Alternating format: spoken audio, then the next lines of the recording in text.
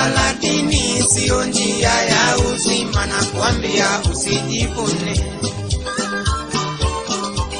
Kama ni sadaka na shetani anatoa, wala sadaka sio njia ya uzima, na kuambia usijivune.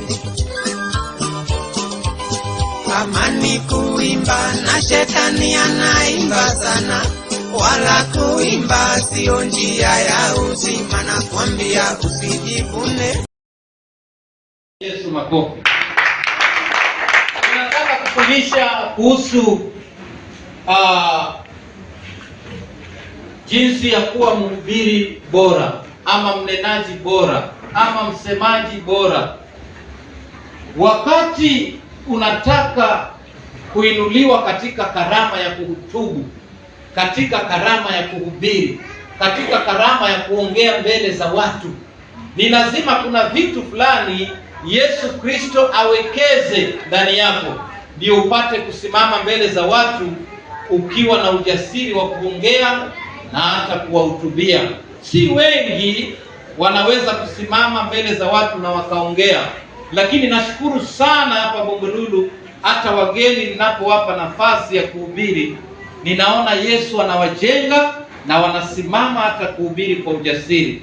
Lakini kuna vitu leo nataka niwekeze ndani yako, ili unaposimama uwe na ujasiri na ujielewe jinsi unavyoenenda. Pigia Yesu makofi.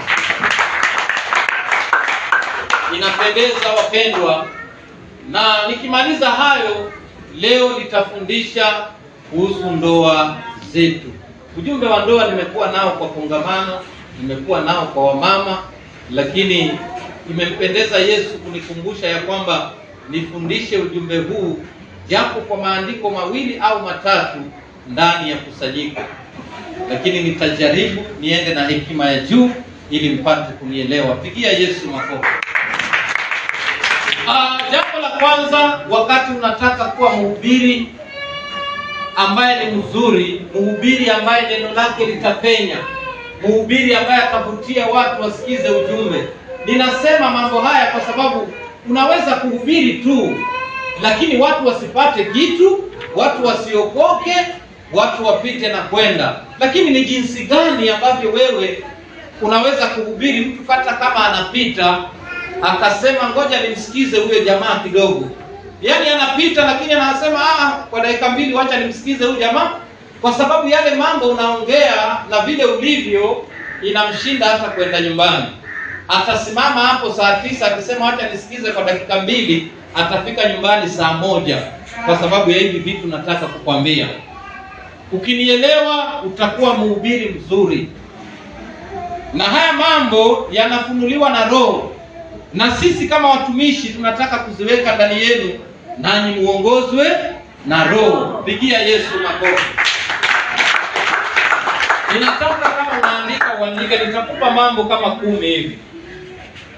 Mambo kama 10. Kitu cha kwanza ni hekima, wisdom.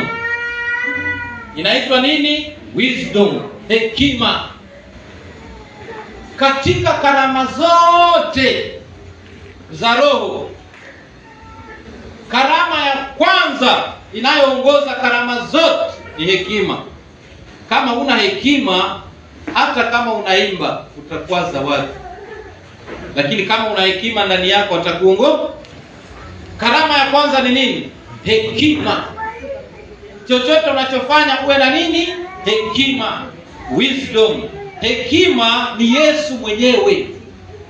Kwa hiyo ukiwa na hekima, huyo hekima ambaye ni Yesu atakuongoza jinsi ya kutembea na watu walio mbele yako.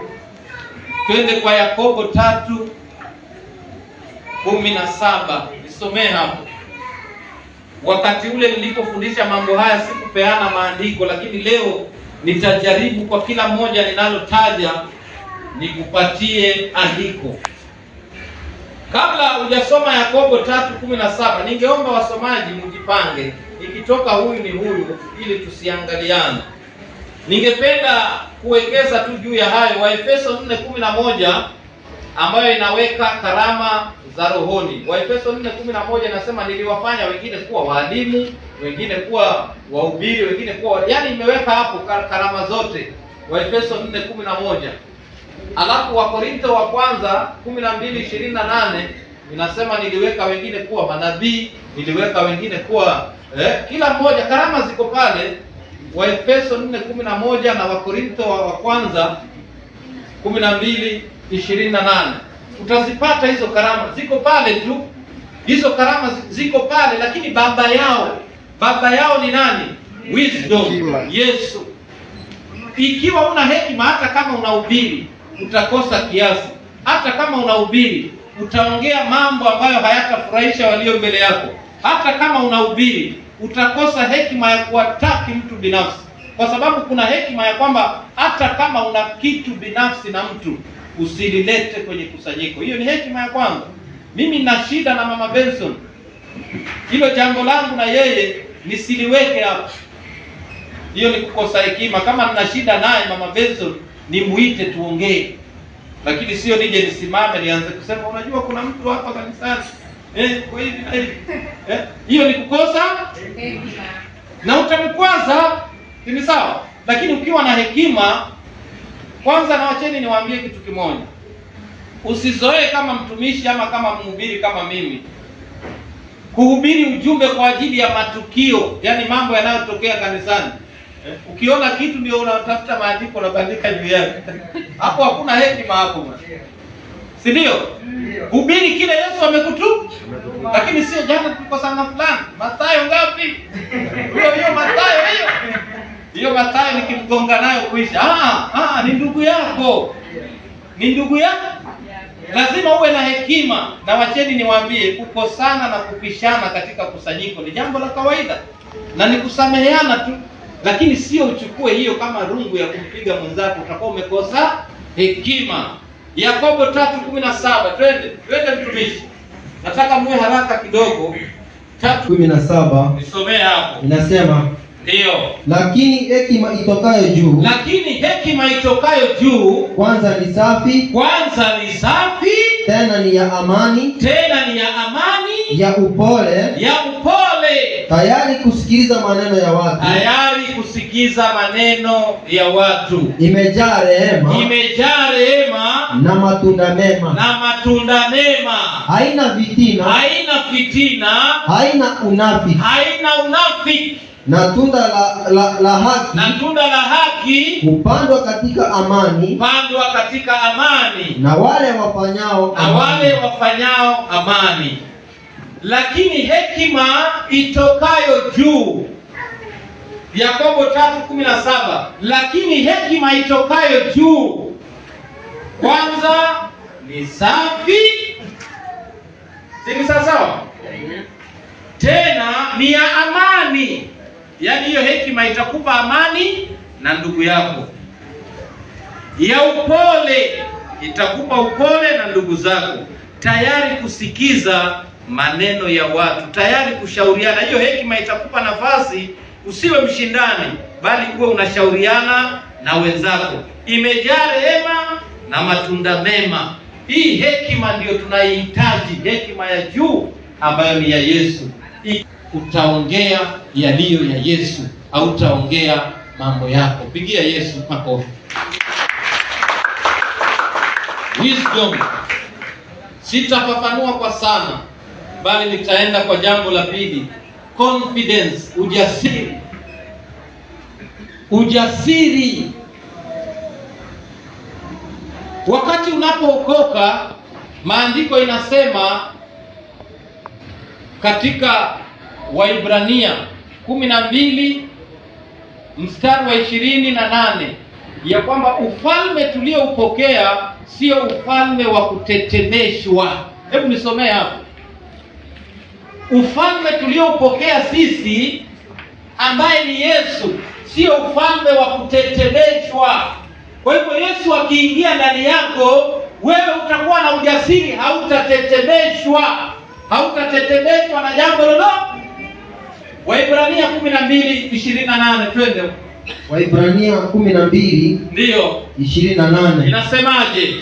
Basi Kwa kuwa tunapokea ufalme usioweza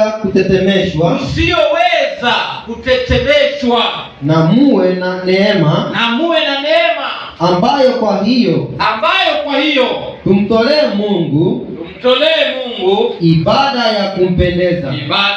ya kumpendeza. Ufalme ambao tumeupokea sisi, wokovu ambao tumeupokea sisi, tena ni wokovu uliosimama. Pigia Yesu makofi. Umeokoka kuwa na ujasiri. Ukisimama kuimba, imba vile Yesu alivyokufundisha. Ukisimama kuhubiri, hubiri vile Yesu anataka. Wacha kufika hapa mbele umeanza kuinamisha kichwa. Unajua Isaya inasema, Isaya mara wangeuka hivi. Uko sura yako utaki ionekane. Lazima uangalie watu namna hii. Uko na ujasiri. Tusome Isaya. Nini sasa hii? Huo ni ujasiri kweli?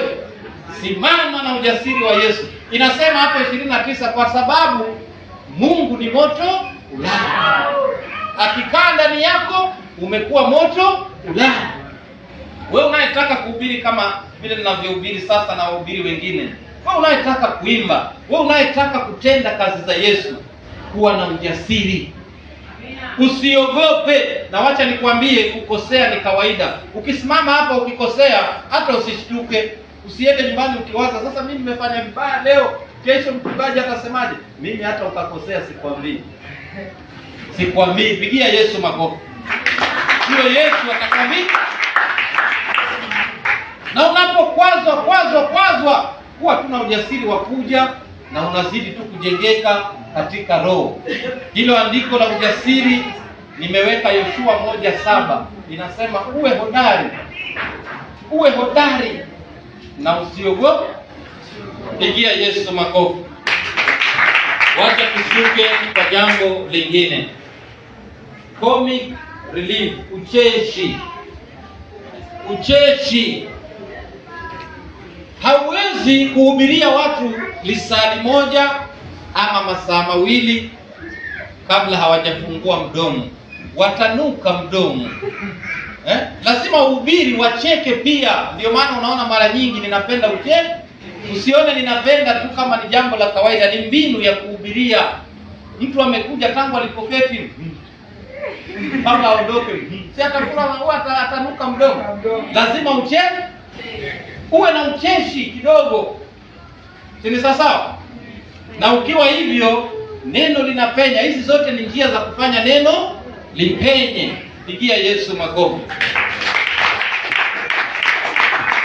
Haya, tuende kwa lingine. Matumizi ya nyimbo, use of songs.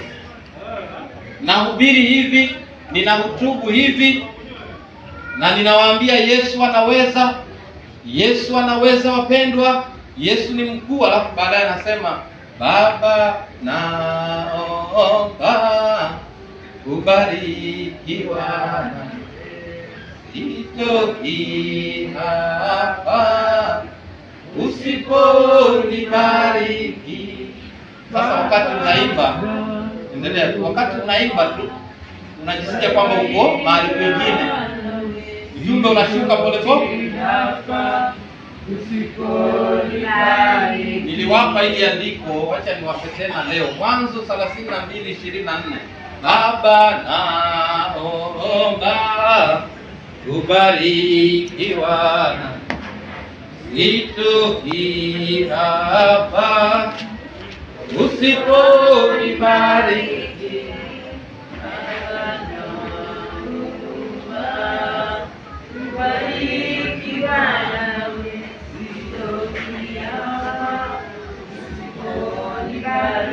Huenda mambo haya nisiyarudie kwa siku za karibuni. Nitakupa mambo 10 na nitakupa na maandiko. Ukiyafuatilia, nina imani sote tutahubiri tukisonga mbele. Si sawa? Amina. Unatumia nyimbo, inafika wakati umehubiria watu, kila mmoja amechoka, anamwambia sifa moja hapo. Bwana Yesu unastahili. Unaruka basi na wewe uko hivi. Alafu ndio mambo. Uko sawa, unacheza. unatumia nini? Nyimbo. Ya tano, facial expression, kubadilisha sura. Wakati napeana ujumbe wangu mimi, itafika wakati inahitaji watu wacheke. Sasa ni lazima nitie ucheshi, watu wote wacheke, alafu tuondoke kwa hiyo sehemu ya kucheka, turudi kwa sehemu ya neno. Ni sawa? Lakini hauwezi kwamba nimechekesha watu wote wacheka tu mpaka ibada ishe. Kuna wakati unabadilisha sura kulingana na wakati ambapo ujumbe wako unakwenda. Kama ni mahali panahitaji kuhuzunika, unakunja sura. Unasema jamani, huyu jamaa ikuaje? Sura imekunjika. Sio ni mahali pa huzuni na wewe unacheka. Ujumbe hautapita unavyotakikana. Kwa hiyo tunabadilisha sura kulingana na hali ya ujumbe vile ulivyo. Hii sura inaongea hii. Unaona hii sura hii? Mimi nikikuangalia sura yako na nikakujua unafikiria nini ndani. Kwa sababu hii sura inaongea. Kama ina furaha nitajua, kama ina hasira nitajua. Najua. Pia Yesu makofi. Sura inaongea. Wapendwa, mambo haya ni madogo madogo na mimi hupenda haya mambo madogo. Wakati mmoja nikiwa kazini, kuna mzungu mmoja tulikuwa tumembeba. Tulipokuwa tunashuka, akawa anataka kutupatia tip. Yaani pesa zile za ziada, inaitwa tip. Basi yule mzungu akatwambia, okay, I'm going to the hotel. Yule mwenzangu akakasirika, akakunja sura. Mungu akasema moyoni mwake ni sawa. Kumbe ameangalia sura ile, mtu akaona imekasirika. Akaniambia mimi njoo baadaye. Pigia Yesu makofi. I want to see you. You come again, I want to see you. Kumbe ameangalia sura ya mwenzangu, nilipokuwa nendeni bila pesa, akakunja tu. Mungu akaniporudi baadaye nikapewa changu, akanieleza yote. Pigia Yesu makofi. Hata mtu anapokuambia sina, usikunje sura. Wewe furahia, kwa sababu kuna kupata na kukosa. Lakini hii sura inaongea hii. Kama unafikiria vibaya, mtu akikuangalia sura inaongea. Haya, wacha tuende kwa lingine.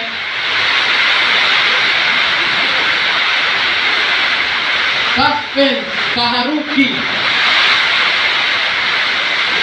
Kuna wakati unaweza kupeana ujumbe ikawa imefikia mahali kila mtu hajui hilo jambo litatokeaje. Yaani hujui ni nini litatokea baada ya hilo lingine. Ujumbe wako usiweke waziwazi. Lazima uweke watu kuwa na taharuki, waendelee kusikiza neno. Kuna mahali utafikia wewe mpaka watu wote, kila mtu atakisikia mkojo haondoki. Anasema nikiondoka huyu mtu atasema nini baada nikiwa jioni, wacha nikae. Sasa watu wanavumilia. Kwa sababu kile umeanza, kile umekianza. Mtu hataki kukosa hata dakika moja. Nimemweka katika taharuki. Na ujumbe unasonga nao, kila unachosema kina maana yake. Mtu hata ukimgusa anakwambia ngoja kidogo. Nasikiza, ngoja kidogo. Yaani unaweka ujumbe katika hali ya taharuki. Pigia Yesu makofi. Haya, jambo lingine, maudhui ya ujumbe wako. Usipeane ujumbe ambao hauna maana yake. Ujumbe wowote lazima uwe na mafunzo. Unapotembea na ujumbe unafundisha watu nini? Ujumbe ukitembea nao uwe na maana yake. Kile unachokisema kinamfundisha mtu kitu. Lakini sio na ubiri umegusia hapa, umeruka hapa, hata mtu haelewi flow ya ujumbe wako. Lakini ukiwa na maudhui ama kichwa cha kueleweka, mtu anajua leo tumefundishwa kuomba, basi anazingatia yale yamefundishwa.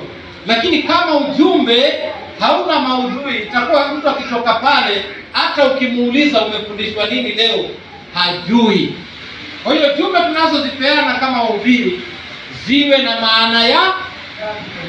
Pigia Yesu makofi.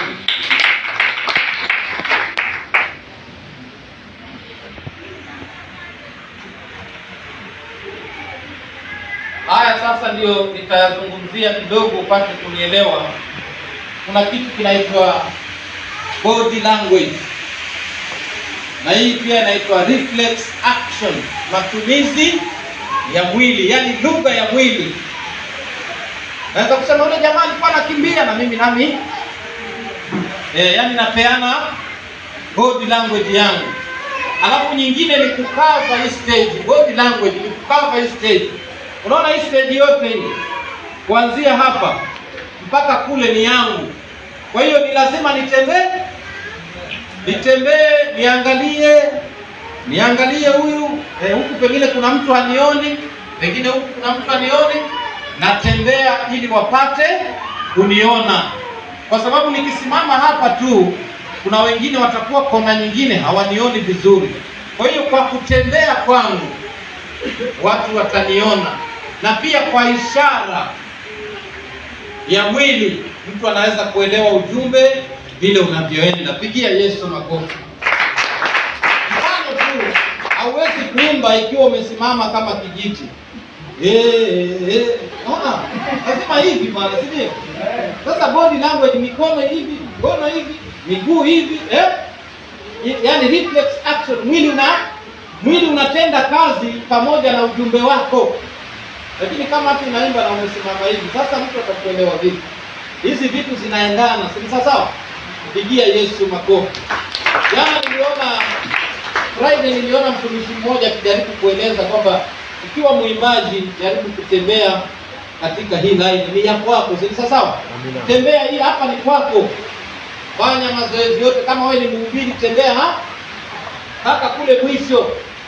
Lakini ukianza kuhubiri ukisimama hapa tu mpaka mwisho, hata yule wa kamera atachoka. Tembea huku, piga huku, si sawa? Hii yote ni ya kwako. Pigia Yesu makofi. Simile, kufananisha. Wakati unahubiri unaweza kufananisha mtu na mwingine. Musa alikuwa shujaa kama simba. Na nielewa sasa. Lakini sio kwamba Musa ni simba, lakini alikuwa shujaa kama simba. Yaani unafananisha watu waliokuwa katika Biblia na wanyama walio na nguvu na wanyama hodari, kwa sababu simba wa Yuda ni Yesu. Sasa Musa alikuwa shujaa kama simba. Unamfananisha na kitu kilicho na nguvu. Pigia Yesu makofi. Nikienda kwa ya mwisho alafu niingilie jambo lingine, zitakuwa zimetimia 10. Hii inaitwa time factor. Waefeso 5, soma Waefeso 5 anzia 15. Time factor, kukomboa wakati. Hii inasumbua sana hii. Lakini ukiwa na number 1 hekima, utakuwa na alamu ya kujua mimi nimefikia wapi na ninaenda vipi. Waefeso 5:15. 16 inasema ndio, basi angalieni sana jinsi mnavyoenenda, si kama watu wasio na hekima, bali kama watu wenye hekima, mkiukomboa wakati, kwa maana zamani hizi ni za uovu. Tuenende kwa kukomboa wakati. Hauwezi hubiri hapa 4 hours umeongozwa na Roho, kuanzia saa 5 mpaka 12 mpaka saa 1 tunawasha mshumaa. Tena unasema huyo ni Roho amenena leo. Jumapili ijayo ukiona watu hawaji umetengeza, umeharibu. Mimi ni mchungaji, Roho ameniongoza leo nichape kabisa, nihubiri, niombe, malize kila kitu leo kwa leo, dunia inaisha leo. Wapi? Tunaenda na kiasi na kukomboa wakati. Wakati wote utakapochelewesha watu, maana utahubiri watu wale mpaka waanze kutapika. Yaani wametia ndani mpaka wanatoa. Lakini kukomboa wakati, mtu kile alichopokea hata kama ni kidogo, afadhali aweke hiyo, kesho ataongeza na nyingine. Na hii nimewafunza sana kiasi.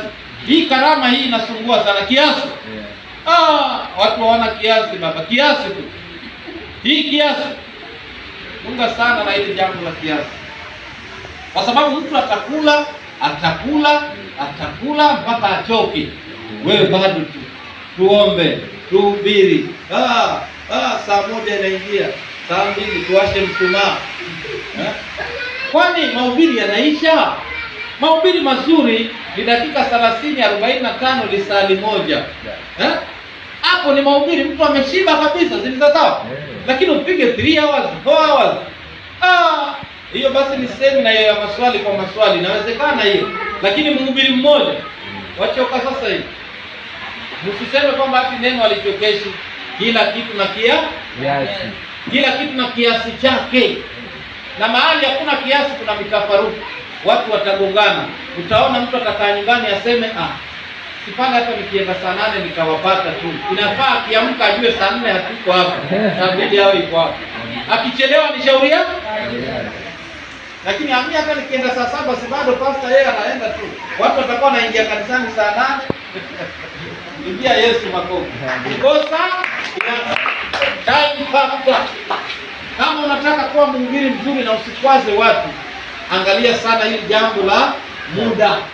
Mimi mwenyewe hata nikienda mahali uweka simu yangu pale, naangalia dakika zangu zikifika, nikiangalia naona sasa hapa mambo inaenda hivi, najua hapa nichanganye na hili yongo. Alafu mahubiri mazuri ama mtumishi mzuri ni yule anayetamaniwa na watu kama fulani ni arudi tena. Kwa sababu ulienda na kiasi na uliwaacha bado wanakuita. Lakini sio mhubiri mahali ukionekana huyu basi umeleta huyu tena, inarudi nyumbani. Yaani akikuona tu amevunjika moyo tayari, kwa sababu wanajua una kiasi. Pigia Yesu makofi. Kwa hayo mambo yazingatie ndugu yangu. Na kama nyinyi wageni ambao mlikuwa hamuna hayo maandiko ama hamuna hayo mambo, jaribu kuyafuatilia na yatakusaidia. Pigia Yesu makofi. Kuna mambo kadhaa ambayo nataka usifanye ukiwa hapa mbele. Si watu husema watu weka mishini. Nataka kuna mambo ukiwa hapa mbele usifanye. Kama unataka kuwa mtumishi mzuri, iwe ni sehemu ya kuimba, sehemu ya kuhubiri na sehemu yoyote, kuna mambo ukiwa hapa mbele usifanye. Jambo la kwanza ni kushika kiuno. Unajua wewe ni boss. Ni hatari, watu watakuangalia waseme kama hivi. Yaani unahubiria watu na huku umeshika kiuno. Si sawa. Unaimba na huku umeshikilia kiuno. Si sawa. Ni kuonyesha watu kwamba wewe uko juu yao na zaidi ya yote unajisikia. Ni sawa? Watu ambao wanaelewa watakuangalia waseme huyu mtu mbona ametudharau hivi? Na unashikia watu kiuno. Unajua nini? Na mimi nasema unajua, sasa utakuwa unashangaza watu wanashikia kiuno. Hiyo si sawa? Ni sawa. Jifunze sana. Jambo la pili, andika hiyo itakusaidia. Jambo la pili, ishara. Wakati unahubiri, wakati unaimba, jaribu sana body language ama reflex action yako iwe ni ya kumtukuza Yesu. Kwa mfano utapata kuona kama mimi hivi nahubiri, lakini nakwambia unaona Yesu anaweza. Hii ni alama gani? Sasa walio mbele yako wanakuangalia. Unaona? Unasikia mambo haya? Sasa mimi nimeweka nini? Ishara zako ziwe ni za Yesu. Mkono unaweza kufunga ni sawa, lakini ishara zingine watu watakuangalia waseme huyu mtu ni devil worshiper huyu. Anatufanyia hivi, anatuambia hivi. Tuna watu wanainuka tu wakienda. Hizi vitu usifanye ukiwa hapa mbele. Sasa jaribu kuangalia sana ishara unazozitoa mbele za watu. Usitoe ishara kama hizi, usitoe ishara kama hizi na zile zingine mnazozijua za kishetani. Jaribu uwe simple, mtu very simple. sio na madoido mengi, sio kiherehere. Very simple. Alafu kuna hii tabia ya mtu kuuliza, unajua nimekula muda wenu umenipa dakika ngapi huyo mtu huyo? Unajua nini? Utanipa muda wa dakika ngapi? Kiongozi wa ibada, muda wangu umebakia ngapi? Hatari, huyo mtu atapiga siku hapo huyo. Kisikia mtu anauliza hivyo, ni hatari. Yeye ni aongozwe na Roho, akomboe sio akuulize bado dakika ngapi hapo. Si mnaona wenyewe wale wanauliza hivyo, si mnawaona? Wanakula Mungu. Sasa hizi ishara jaribu sana kuziangalia. Ni sawa? Ishara. Alafu jambo lingine ni usafi katika madhabahu. Ukisimama kama hivi nijiheshimu. Sio saa yote. Unajua Yesu alisema hiyo sasa. Yesu alisema nini? Yesu alisema jaribu kuwa na usafi. Ni kama mnanielewa, ni mambo ambayo yanatokea nayaona zinizazao. Pigia Yesu makofi. Vidogo lakini nakufunza leo. Shika. Ukitia mkono mfukoni namna hii, ukiona mtu anatia mkono mfukoni namna hii na huko anahubiri kwa akili yake haijatulia. Leo ninataka kuambia wapendwa, na huko ametia mkono namna hii akili yake haijatulia. Hana cha kuambia huyo. Huyo hana cha kuambia. Unajua Yesu anasema anaonyesha suruali yake huyo. Pia Yesu makofi. Very simple namna hii. Huko tu namna hii. Simama tu namna hii na upeane ujumbe watu washangae na kile kinatoka wapi? Ndani. Kile kinatoka ndani. Mtu kama huyu wa kutia mkono hivi ataanza kujisifu. Unajua mimi nilikuwa na nyumba 6. Watu wewe utaona, kwani hamjaona hii? Mimi kwanza sikuwa na kitu, nilikuwa nalala kwa maboksi tu na Yesu akaniinua. Sasa hivi nina gari 2. Unajua basi hiyo ni mambo ya kutia mkono. Utaanza kuleta stories za kwako nyumbani. Stories za kwako nyumbani. Pigia Yesu makofi. Haya mambo muyaangalie sana. Muyaangalie sana. Na ukiona mtu amesimama, jambo la tatu, si kama ni ngapi neno, roho yake haijatulia.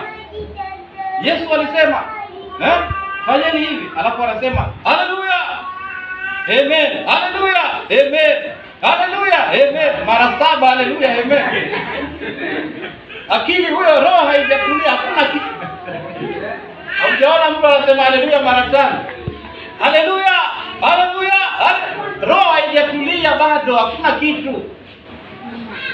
Sitaki muwe hivyo, nataka kusimama hapa zinashuka zenyewe kwa vile umesoma Biblia na unaelewa. Pigia Yesu makofi. Kurudia maneno ni ishara ya kwamba bado una wasiwasi na kile unaenda kuhubiri. Lakini kama una ujasiri na kile unajua na kile unaenda kufanya, hautarudia maneno. Unaweza kusisitiza tu haleluya, haleluya, haleluya hata mara 3, lakini ni ya kusisitiza. Lakini ile point unaenda nayo inaenda sawa. Juzi nikawafundisha kwamba ukiimba nyimbo wakati unahubiri, hiyo nyimbo iendane na ujumbe wako. Usiimbe nyimbo ambayo iko nje ya ujumbe wako. Unganisha vizuri, uimbe nyimbo iendane na ujumbe wako na Yesu atakubariki. Pigia Yesu makofi. Ya mbinguni kwa Baba yangu. Natamani kuingia mbinguni kwa Baba yangu. Natamani kuingia mbinguni kwa Baba yangu. Natamani kuingia mbinguni kwa Baba yangu. Natamani kuingia mbinguni kwa Baba yangu. Natamani kuingia mbinguni kwa Baba yangu. Huko kunayo raha ya ajabu. Natamani kuingia mbinguni kwa Baba yangu, na uzima wa milele. Natamani kuingia mbinguni kwa Baba yangu. Natamani kumwona Bwana Yesu Mwokozi.